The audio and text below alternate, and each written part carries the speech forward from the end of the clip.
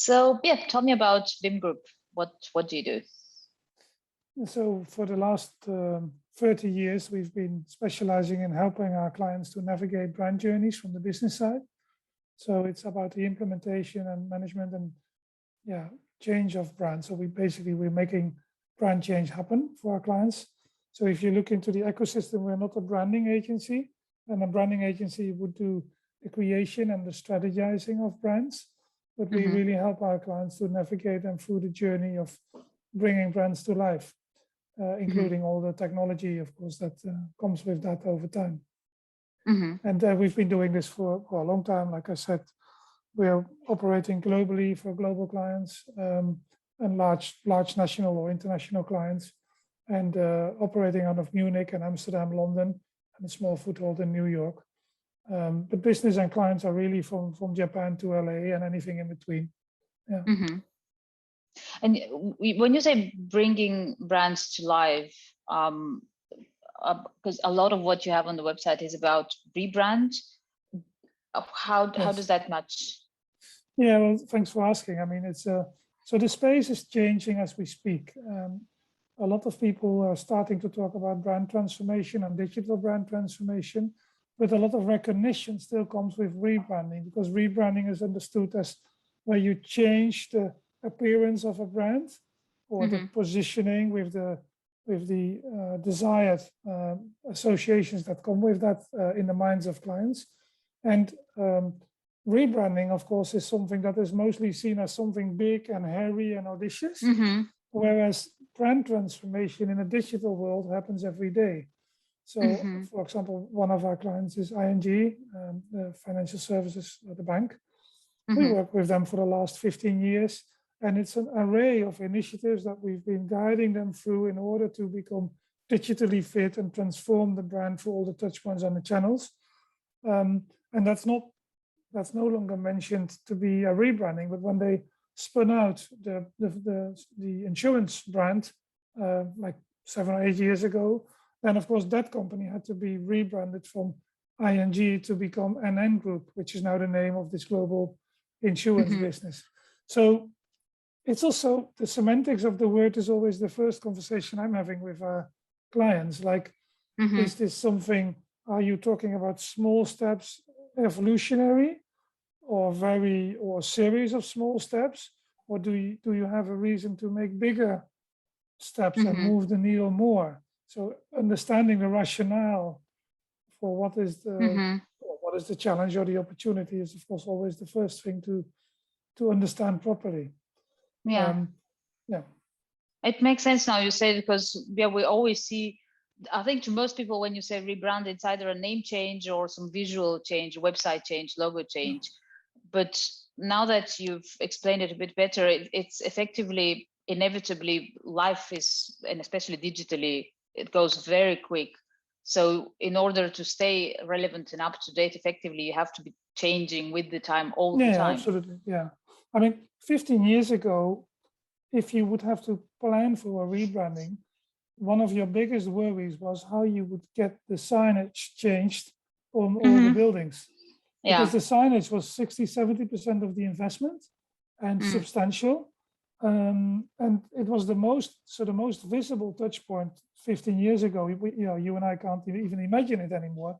But we were talking about what is the visibility of the buildings? Do you have warehouses along the highway? Because then we'll put the new branding there, right, on the back of the warehouse and not on the front. Just so, and of course that most visible touch point nowadays is in your digital hemisphere. But of course, we've seen an explosion of touch points and channels through that. So now any brand transformation or rebranding, whatever the word is we choose, will be step, small steps, and then that will be the journey. But then the number of touch points and channels, I think we used to have maybe 10 or 20 touch points or channels, and now we have thousands. Because you can imagine every way you express your brand in all the digital ways is need to be orchestrated if you want to make those changes. You cannot change your website or change your app or change your social media handle on LinkedIn and Facebook, what have you, and but not do all the IT legacy systems that you have. Whereas if you're sending proposals through, well, maybe in PowerPoint or maybe through a digital interface to your clients, you cannot change 2 of those elements and not change the rest, because people just look, well, what are they doing? It's a mess. So it seems very easy to do it very gradually, but it's become increasingly complex, because you need to make a much better analysis up front of how your customer journey, how your touch points are related to each other, and what happens if you start making changes here and then not see it there. Whereas in the old days, it was quite easy, because if you would change the logo on the front door on the building, and maybe you would also change the name or the branding on the fleet, and you had new business cards and a flag, well, that was it. Yeah. So it was logistically very complicated, but now you need to have much more expertise, I guess, to prepare for those changes. Yeah. And also maybe another element is that, of course, the digitalization in an organization is not necessarily owned by the people who own the brand. I mean, you can see this very clearly in financial services companies, banks. Obviously, the banks that are growing quickest have the best app. So they have a smartphone, and they will have an app that's really, very good for the user interface. But normally those apps, the banking apps, are not developed by the brand people.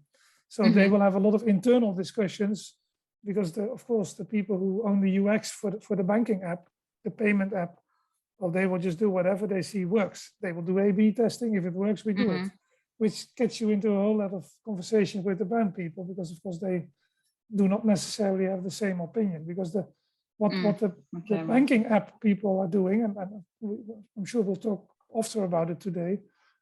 What the banking app people are doing, the development team or the UX team for the banking app, is short-term conversion and improvement of the user experience, whereas the brand people's objective is much more long-term in building a mental presence for their brand in the mind of, well, potential customers for the moment as and when they're in the mood to buy. And it's a totally different need than the need I have when I have to just do payments or talk to my bank. Is that something you get involved in, something that you handle for your clients? Handling that whole process and communicating it between all those players and elements? Yeah, we are always involved from the perspective of the branding. So if I'm not sure if you're familiar with the thinking of Binet and Fields. So they are really the godfathers of the effectiveness advertising in the world. And they've done a lot of good research on what is the relationship between brand building on the one side and sales activation on the other side. So if you take this banking example, the brand building is where you build the brand and you convey the values of the bank through all your touch points and channels on the long term in order to build and achieve mental presence in the minds of your customers, so that when I have to think about changing my bank, if I then still don't know you, it's going to be difficult. So even if I'm a startup bank like N26 out of Berlin, growing rapidly, they have a massive challenge because their awareness is too low. So they have to make sure that if I want to be even considering them as a new bank, then at some point I have to have heard of it. Doesn't mean that I have to do something with them now or in 2 years, but as and when the moment comes for me to do something with a potential bank decision, I have to know them. And this is all brand building activities. And the research of Binet and Field was really about what do you do in terms of brand building? What do you do in terms of sales activation? Sales activation being, okay, I am actively looking for a new bank. How do you then convert me to become a client over other banks? So our business is really in the world of brand building and to help our clients understand the mechanics of the brand building and to then help them with the transformation journey that comes from that. And that's, of course, can be a long-lasting journey, typically. Yeah, of course. You wrote a book called Future Proof Your Brand, and that kind of fits nicely into what we're talking about, and especially Now with COVID and digital acceleration, I think that was a wake-up call for a lot of businesses, generally, not just about digital, but obviously the world we are in, but taking branding seriously, taking their presence seriously. So how, and no, yeah, tell me a bit about your book and who would it be useful for? Well, we wrote a book. I did that together with my colleague Lawrence, and we wrote a book really because what we see is that brand is the most valuable intangible asset of organizations, but it's not treated as such by organizations. It's not like you have a sales function or a procurement function or a business unit structure. Brand is a bit of everybody. And then what we are seeing in the world is that brand used to be all about consistently deploying the brand, like the logo and the typeface across everything. But due to the digitalization, we've seen this explosion of channels and touch points. It's everywhere. But still, for the person who's owning the brand, so the book has been written for the people who own brand in a larger international corporation, or for the board members to really give them in simple speak what processes are about. And what we've seen is that the digitalization has made the world much more complex. And we were always talking about and brand people would complain a lot about that they had to police the logo. Well, those days are over for a long time, because now the owner of the brand, which could be the chief marketing officer or the chief communication officer or the chief brand officer, is responsible for orchestrating the intangible relationship between the organization and the variety of stakeholders. Stakeholders being customer, obviously, but also stakeholder being employees, being society, being suppliers, and anything around.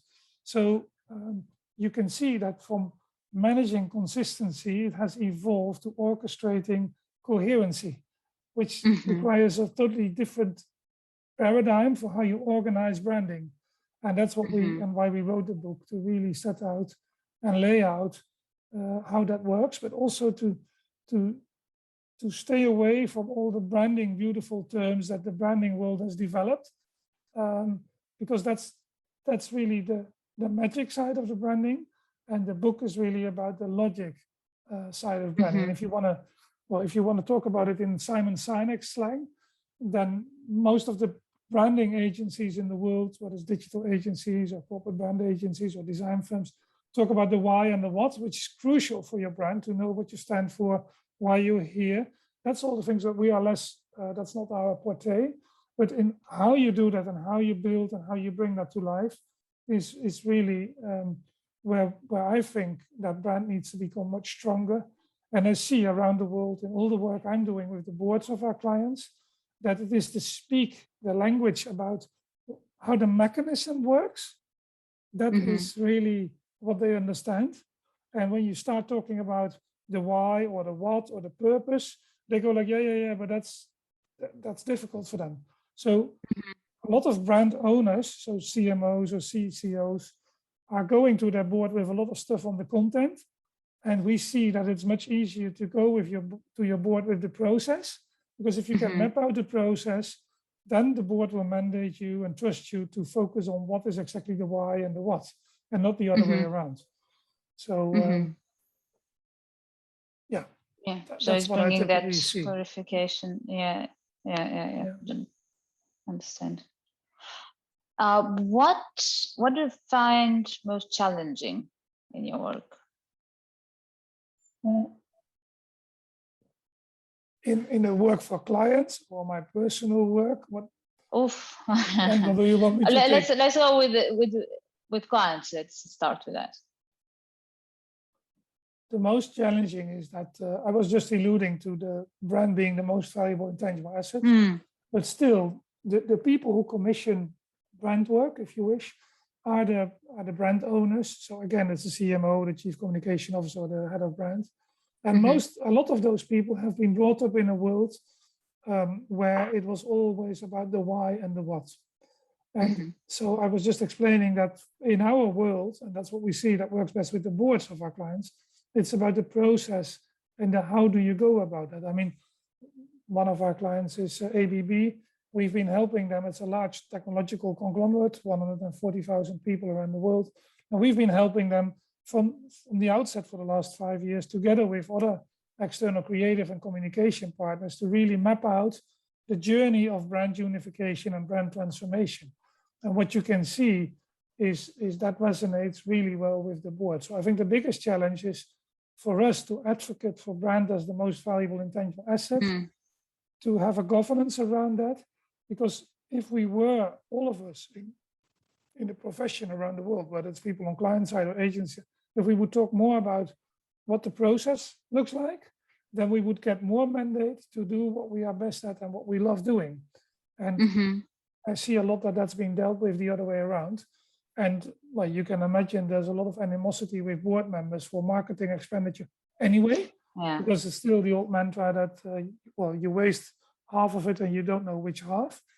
That needs to, well, but that's the biggest concern of board members, to not trust the people who own brand or marketing or communications with the budgets, which is of course a big lever for the work. Yeah, that sounds very familiar to me, because I work with, it's related to branding, and that's why we have the smart branding, but we focus on a bit of a more narrow part of it. So the domain name and the naming process. And it's a very, very similar problem that we have, which is, when you think about it with brand as well, it's been there for as long as there's been business, whether you put it in words, call it something or not, it's been there.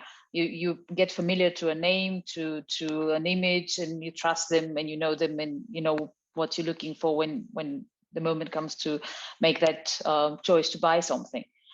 And domain names as part of branding obviously have been around since the internet has been around, so, and have been an intrinsic part of it. And still you have that many brand owners that don't even know the difference between a website and a domain name.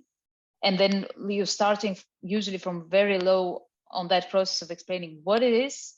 And then you have to go into but why should I invest in it? And then you get into what you were just saying internally in the company, how that is made, and just throwing that decision around who should be responsible for it, how should we go about it, and does it matter at all, etc., etc. So you're starting from very far, which is ironic given that it's been so long and it's so important.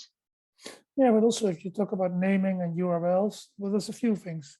Of course, the number of URLs, or the possibilities that you have to choose a good name that's fitting in a URL is limited. So, so the naming process and choosing a URL is no longer a creative process.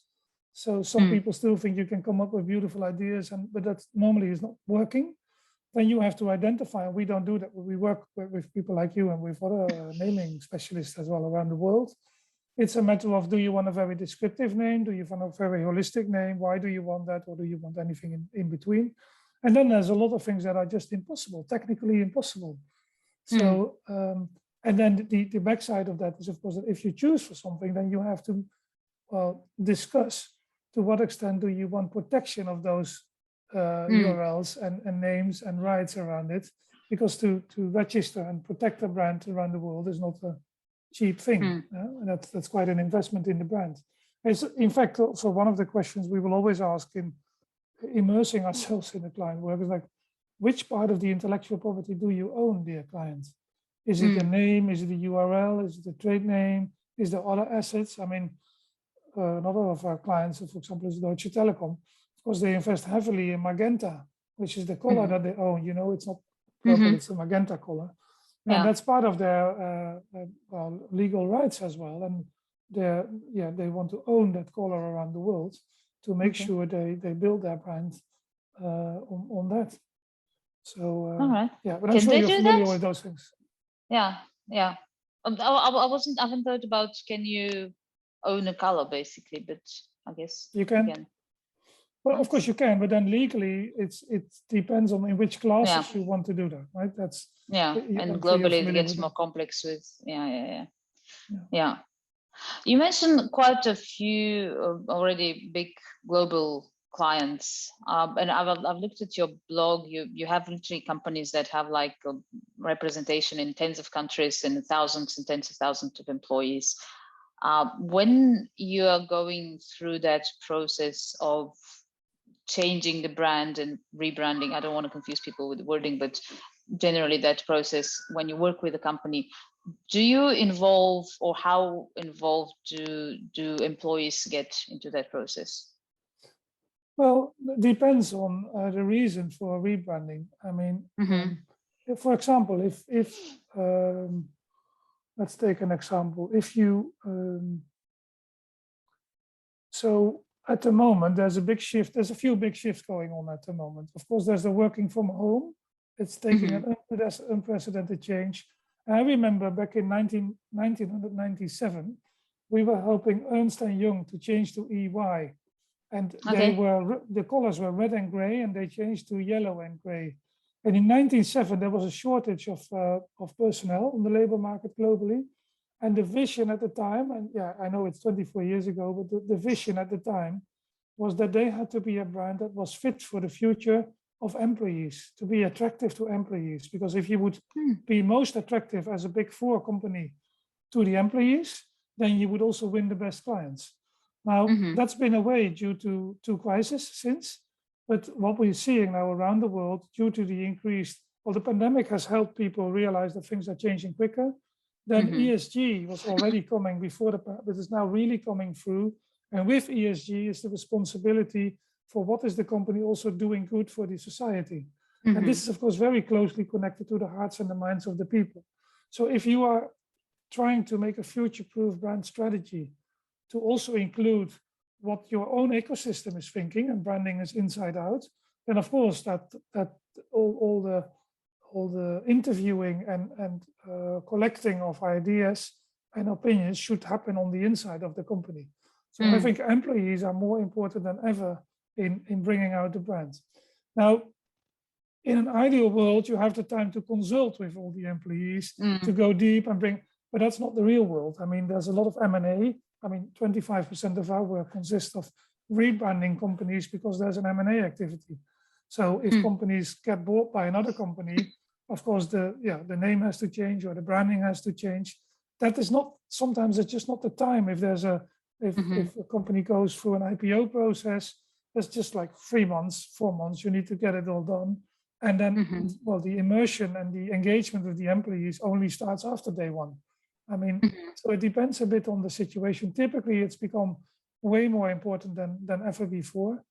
But that's, of course, but not everybody is living in the ideal world. And as a matter of fact, hardly anybody is. So, yeah. So it's when possible. Practice, I like the term branding inside out. As a term, it sounds very relevant. And that's on that. You mentioned the M&A's case.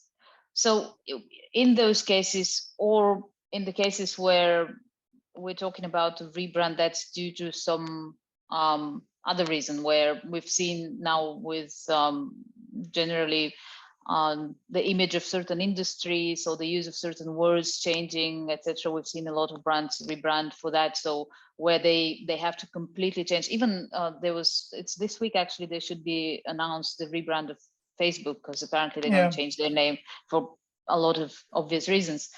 But in those cases, how do you, or do you at all try to preserve, because sometimes we're talking about a brand with a lot of history and brand equity. How do you go about that? Well, generically speaking, my recommendation will always be to not change the name unless you must. Because, so there's a number of examples for this. I mean, we've seen, well, take Facebook. Facebook is seen by many people as an evil company. Just say it like that. I mean, and now there's all these rumors about making a similar move to what Google has been doing with Alphabet, which I can see that strategy is changing from a social media company becoming a metaverse company. So I can see the rationale for that. But for a company like Facebook to get rid of this bad image of what they are, and people believe that they are not for the good of the world, will be very difficult, and they will always be under the biggest scrutiny, even if they change Facebook to Mickey Mouse. I don't think, by the way, they will change the name of Facebook. Facebook will also always be the app that we're using for the social, but there will just be an addition of other brands. And for that, they might change the brand architecture. But I mean, we've had quite a few clients coming to us like, well, we were thinking about changing the name because we had trouble in the past. And I'm always very reluctant because it's just whitewashing. People don't believe that and it will backfire on you. So you should never, in principle, not do that. When you change the name, it's mostly because you have to, because of if you carve something out, if I'm a conglomerate and I'm selling off a division to another company, well, of course, that needs, and you need to change the name. We just last week, we've been working for a joint venture between Hitachi and ABB, 40,000 people. It used to be Hitachi ABB Power Grids. It's now Hitachi Energy. Well, the ownership of the company changes. So within that time, you have to revisit the branding and the positioning and the naming. But if you don't have to, really, I would really recommend our clients not to. It would be even better for our business if they did. But that's, it doesn't always work. You have to have a very good reason. Yeah, and kind of answer. If you look at Volkswagen, they of course were in the whole scandal about the diesel emissions, and they at the time, and we've been helping them with their repositioning for the last 3-4 years. So to really change from being a traditional combustion engine business to become the leader in the electrification of vehicles. And they are really on that path. For that, they also changed their brand expression and even the logo ultimately, and as all the car makers are doing. But I think that's just a very good way of moving the needle in who you are, signaling change through the branding, but not completely changing everything because it's not what people will believe. So this whole building of brand equity, you cannot change that or do that in 1, 2, or 3 years. It takes 4, 5, 6 years. And we see that time and time again. So yeah, if you talk about branding from the inside out, even if you would be able to logistically do it quicker than that, the question is whether that is recommendable at all, because it's also something people have to understand, and we as the audience have to feel, actually it makes sense. The company has changed, so it's logical what I'm seeing. And if we don't buy into that, then you just lose. They just lose you. I think that brands are obliged effectively to be a lot more authentic now. You can't hide things. It's just everything goes out in literally hours, even online and everywhere. So it's twofold. It's the social media where inside is outside again. So if your employees are telling a different story on social media than what you're telling, that is just making you look ridiculous. But secondly, we see a lot of development we have a lot of clients who have a lot of brands because they acquired them, because they founded them, whatever reason. And in this digital space, people will want to see, also with the ESG push into the market now, people want to know who is behind the brand. So it's nice to see a product brand, but I want to know who's the sender of this brand. I mean, earlier this year, we helped Reckitt Benckiser rebrand, it was RB, to rebrand to Reckitt. It's a company similar size of Unilever. And really, you can see their name also on the back of their products, because it's just people want to understand where is this coming from. And because of the increased transparency through all the digital channels, increasingly we see clients asking us, okay, we have 100 brands, 200 brands, how do we reduce that appropriately? Because people don't understand it anymore. And of course, there's a big cost associated with having many brands. So if you look at brand unification, there's also a main rule. And the main rule is to have as little brands as possible, but as many as necessary. So it's not that you have to destroy each and every brand, because you can have very specific, powerful brands in your portfolio. But if something is not really differentiating or powerful, then you should ask the question, why not fold that into the bigger architecture that we have? Yeah, that's a very valid point. And even myself, I've noticed, like, over the past 10 years, maybe, I guess that comes with age as well, but no, actually not, because my kids The younger ones are too young, but the older ones are 13 and 16. They are looking at everything they're buying, everything, like who produced that, what they like opinions, everything. And I don't think we used to do that before. No, not at all. Like even established brands, they still look into, like, it's not just enough to see the name. It's like who, like you said, who owns that brand? It goes few levels. Yeah. Yeah, but also the Gen Z, they really want to understand what is the footprint of organization, where does it come from, and they are really critical about if they don't understand that or they think it's not good.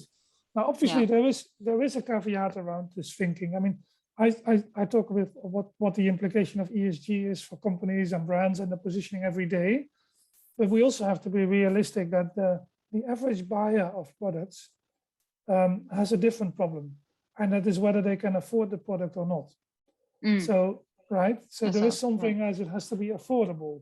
So why do we buy products from China? And my daughters, they buy fake nails and whatever, and they buy something for €1.78, and it gets shipped here from China. So I find myself talking to them and say, well, do you think this is a good idea? It's coming from afar. How would they be produced? Then we put them in a ship, or even worse, in a plane. Someone drives a truck to get it to the door. Absolutely. And then you open it up. And they go, yeah, but it's cheap, Dad. Yeah. It's 4 times as cheap as what I can buy here. So we have to be very aware of that this will be solved over time, because there's a huge push, and the stock market have embraced ESG thinking. So we will, but when it comes with price increases, that's a massive counter effect to the positive effect of the sustainability push. And of course, I'm a firm believer in all of that, but you have to be in the understanding that most consumers, I mean, take consumers in Africa. What do you mean sustainability? They don't have enough money for enough food. So, or to buy clothes, and the phone is way more important than. So before we get to sustainability in the whole world, it will take a long time. But of course, it's something we need to do also, to save the planet anyway. But that's why I see a lot of hurdles along that way. So for bigger companies, you have to take your responsibility.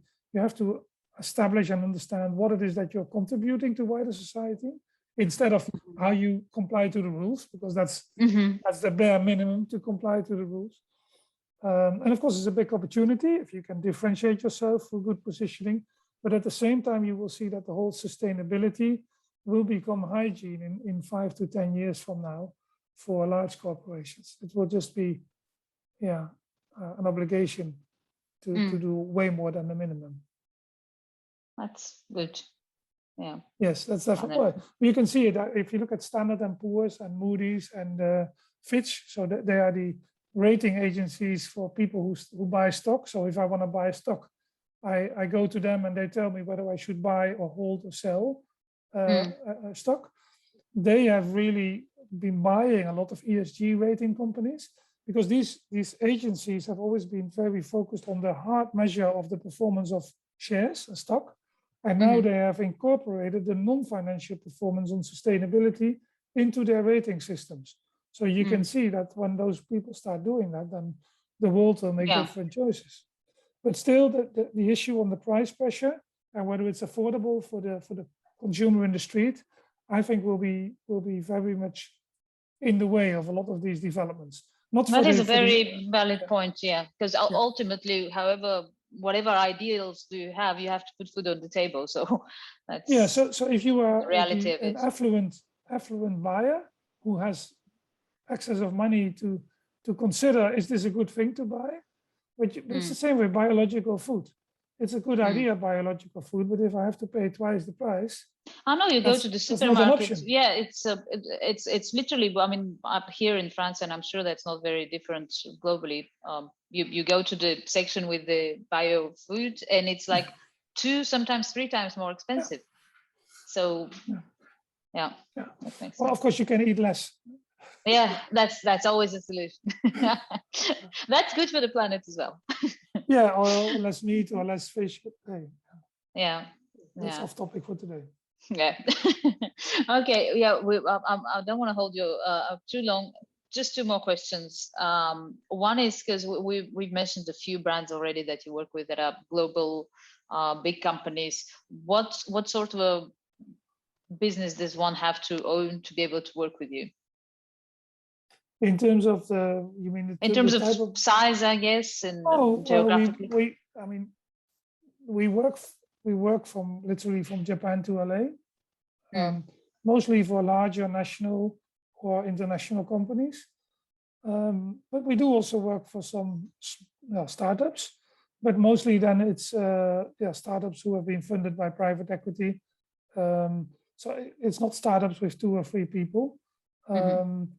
But if you are a brand with a international or larger national reach or potential reach, that's who we work for. And mostly it's not that we advertise for work. We get recommended by clients who we worked for in the past. So it's not about that we are advertising what we're doing. It's mostly word of mouth. Yeah. I don't know if that answers your question. But... Yeah, no, it's more for like if within our audience somebody needs that sort of a service, I would like to give them some idea. Anybody in your audience, of course, any question, I'm always happy to talk about the subject. Whether somebody would be interesting for us is less relevant for that. I'm always happy to give back, and I think we know that from each other. I publish a lot, speak a lot, so always happy to talk or engage in conversations. Thank you. That's great. And last one, what's next for VIM Group? What is the most exciting thing you're working on now? Well, there's always exciting clients that we're working on, but mostly we can't speak about it because it's not for us to bring out their good news. There is a number of very good things going on in that, but I won't talk about that. Now, what I think is more interesting is what we see is the branding world is. I was talking about the coherency and the orchestration of touch points. We're seeing a tremendous rise in anything around brand technology. And I can also see that our own practice in that space is going with more than 100% per year. So it's just massive in supporting our clients with assessing the ecosystem of tooling that you use in the space of brand and MarTech. And that's really exciting because there's a lot of improvement going on in that space. I mean, we've seen MarTech developing for the last 10, 15 years, but now we also see the communications and brand technology evolve accordingly. And to me, that's very exciting because that's giving a lot of new opportunities for clients to bring out their brand better, faster, and even also at better cost. So to me, that's very exciting. That is. We're actually working on a report on that, on the top companies in that space. Yeah, I'm going to send it to you when it's done. Okay. Yeah, please. I will eat any information. Cool. I'm curious. Yeah. Fantastic. All right. Great. Well, it's been a pleasure. Thank you very much. Thanks for having me. My pleasure too.